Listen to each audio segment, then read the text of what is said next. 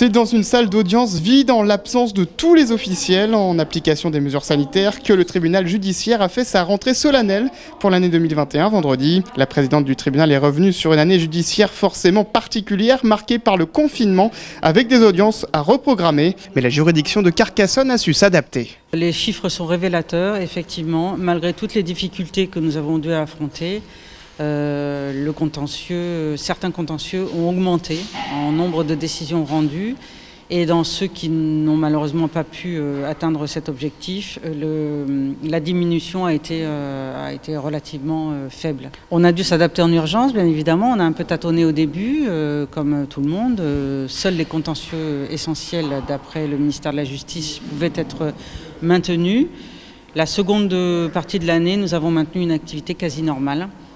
Mais quasi normal au niveau des audiences, mais bien évidemment accru au niveau du nombre d'affaires que nous avons jugées. En effet, le nombre d'affaires traitées reste relativement comparable sur un an. L'an dernier, le tribunal de Carcassonne a jugé 320 affaires en correctionnel contre 355 en 2019.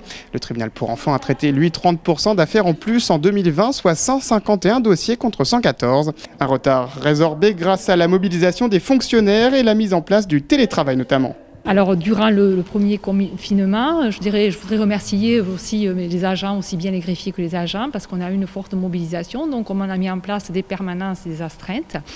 Et pendant le second confinement, on a eu la chance d'être dotés de portables, ce qui nous a permis d'amorcer le télétravail à hauteur de 30% de l'effectif. Le procureur général Florence Galtier a présenté lors de cette audience solennelle ses priorités pour l'année à venir.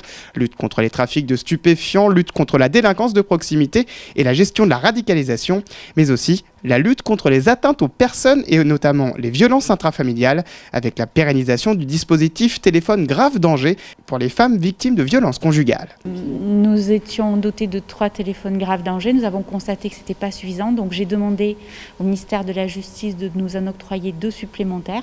Et actuellement, nous en bénéficions de 5.